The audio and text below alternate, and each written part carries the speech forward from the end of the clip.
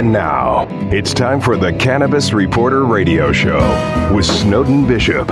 Listen in as Snowden interviews cannabis industry pioneers, marijuana experts, policymakers, medical practitioners, patients, and other amazing individuals with compelling stories to share. It all happens right now. Here's the Cannabis Reporter, Snowden Bishop. Hi, and welcome back to the Cannabis Reporter Radio Show. Thank you for tuning in. I'm your host, Snowden Bishop, and grateful to be here with all of you today. This year, the change of season has taken a more somber turn with too many unprecedented calamities and tragic loss of life making the headlines. Our hearts and prayers go out to people suffering the trauma of devastating loss. With so much going on in the world right now, it's hard not to feel an overwhelming mix of compassion and helplessness.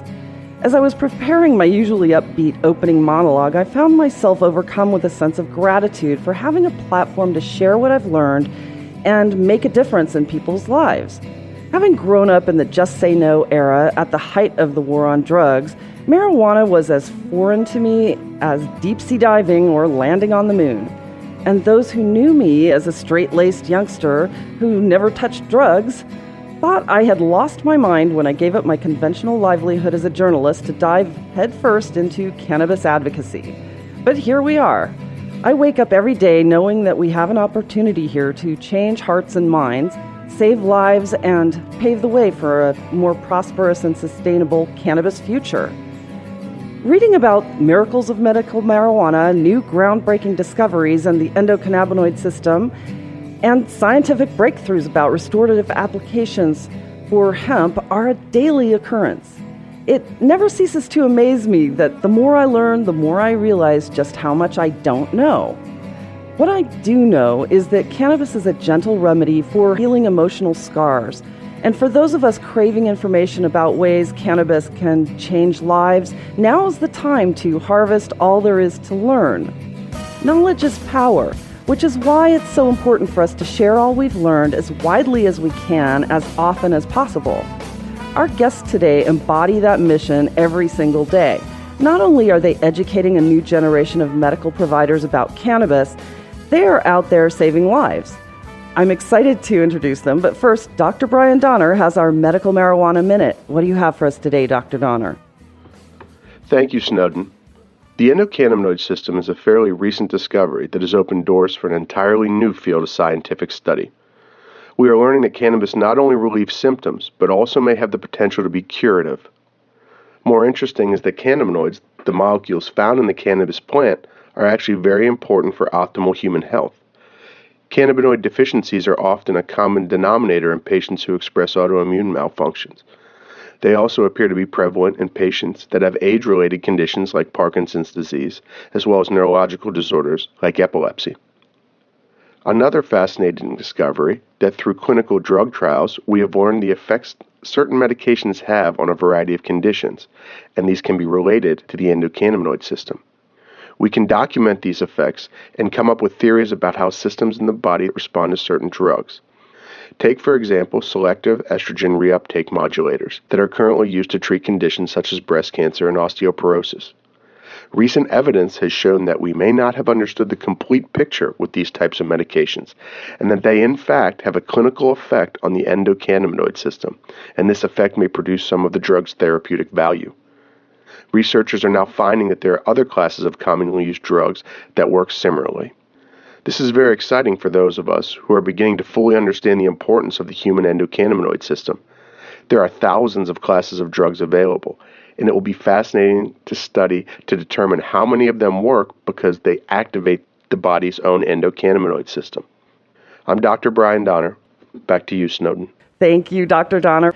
I am excited to introduce our guests. First, we have Dr. Rahul Kushwaha. He's the Chief Medical Science Officer at Anant Life.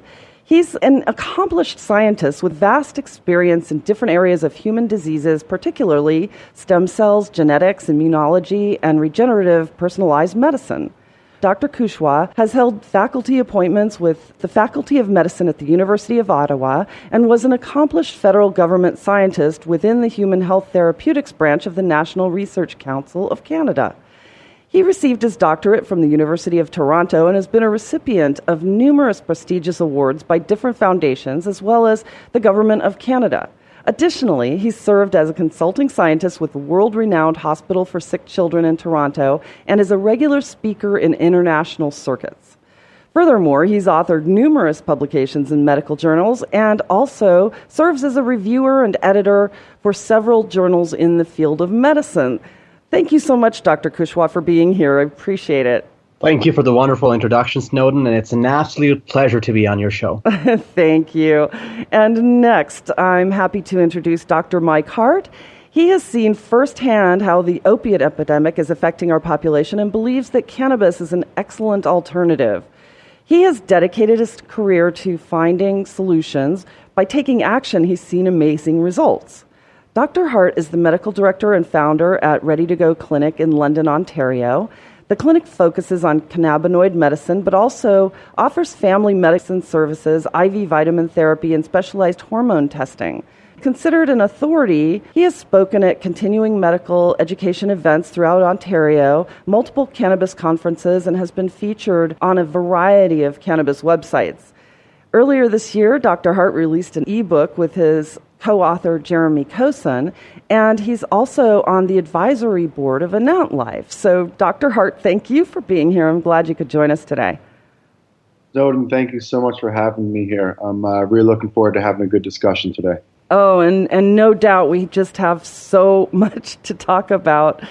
I'm really just amazed at the science of genome testing and looking into ways in which cannabis can be applied using those testing techniques. And to be honest with you, a couple of weeks ago, I actually mentioned both of you in an interview that I had about CTE in the NFL when I was talking to Dr. H.J. Raza and NFL Kansas City Chiefs Hall of Famer Nick Lowry, who is now advocating for cannabis as an alternative to treat CTE and football injuries. And Dr. Raza mentioned the genetic testing as one avenue for trying to diagnose CTE, which, as you probably know, is a very difficult thing to diagnose prior to autopsy. So I wanted to kind of get into that a little bit because it is such a fascinating science. Dr. Kushwaha, how did you get involved in this? After I took on the faculty position at the University of Ottawa, I actually worked with a close friend of mine, and we launched Anant Life. So Anant Life is a Canadian genetics company, and we have been working with over 200 clinics in U.S. and Canada, and we have been offering perhaps the most comprehensive, robust, and scientifically backed genetic test for a spectrum of disorders like cancer, autoimmunity, brain diseases, nutritional issues, and even ethnicity-focused tests.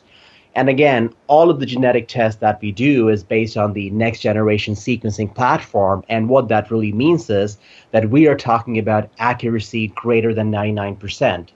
And over the last year, we have been actively working with cannabis physicians, researchers, bioinformaticians, and medical geneticists as well to develop and launch what is truly the world's first genetic test aimed to identify predisposition of individuals to cannabis-induced adverse effects. And the test is really based on the robust analysis of over 30 different markers. And again, these markers have been identified by extensive review of clinical research carried out to date, along with data mining from our as well as external databases.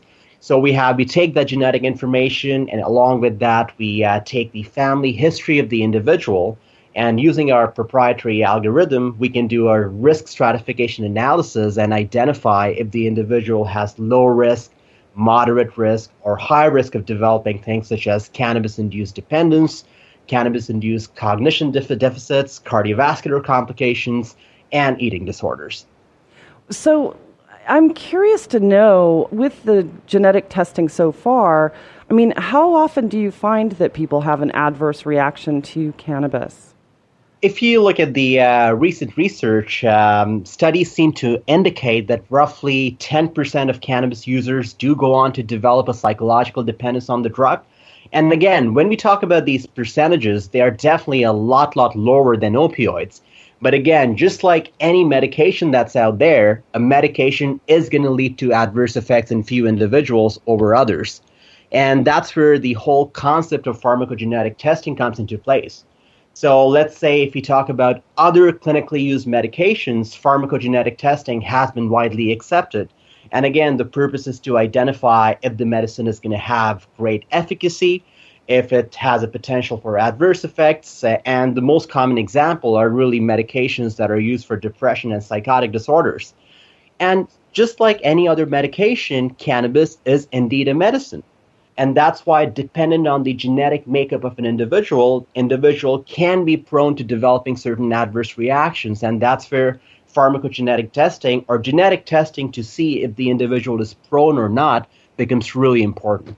Yeah, people who are opposed to it often cite some studies that call attention to addiction, that call attention to heart-related incidents and stuff like that. So I'm thinking that this is actually a really good thing for anyone who is afraid of whether or not those negative impacts could actually affect them. I mean, absolutely. And again, as I said, just like any medication, you pick up Tylenol or Advil, certain individuals will develop adverse reactions. So a lot of these studies have been heavily extrapolated to an extent where it shouldn't be done in the first place. I mean, yeah, let's say 10% of the users do develop cannabis dependency, but if you talk about opioids, that's a lot higher. And opioids are something that have been approved by FDA, they have been widely used, and we have seen firsthand what has happened with opioid overdose. Well, and also that's a physical addiction as well. So the withdrawals from opiate addiction are pretty severe for some people, as it would be for alcohol. But have you found cannabis to have any physical addiction? So that's where when we have been carrying out the genetic testing, in few of the individuals, we have been able to identify certain genetic variants, which when we look into the databases, they actually show very high rates of addiction. So, I mean, yeah, an individual can be very prone, let's say, to developing cannabis dependence, but that particular individual is also going to be extremely prone, or maybe extremely prone to developing things like alcohol dependence or opioid dependence. Right. So, yeah. And that's interesting because rather than just denying that any such potential exists, it's good to acknowledge that so that people are aware and give them the tools to ascertain whether or not it's going to be affecting them negatively. Dr. Hart, tell me again how you actually got interested in cannabis, because you come from a more naturopathic background, isn't that correct? Well, I am a medical doctor, so I am an MD, but in my medical practice, I do try to use the least amount of pharmaceuticals as possible.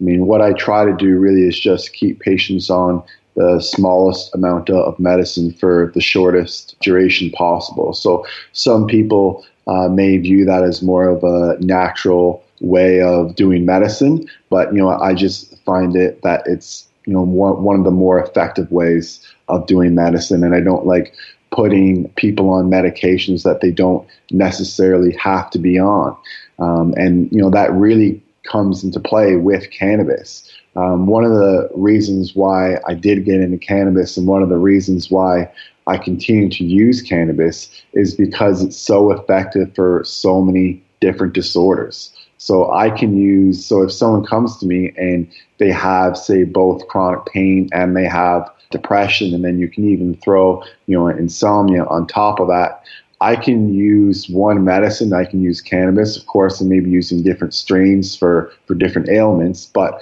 I can simply use one medicine to treat all those different disorders. I don't have to go to my prescription pad and write 3 or 4 different medications. I can simply just explain to them how to use cannabis, and a lot of the times the patients come back and say that it's the most effective thing that they've ever tried before. And that's not just for pain. It's also for sleep, and it's also for mood elevation and anxiety as well. So, that's the big reason why I like using it, is because it can kill so many birds with one stone. That's really interesting, because if they did need to take other medications, there really aren't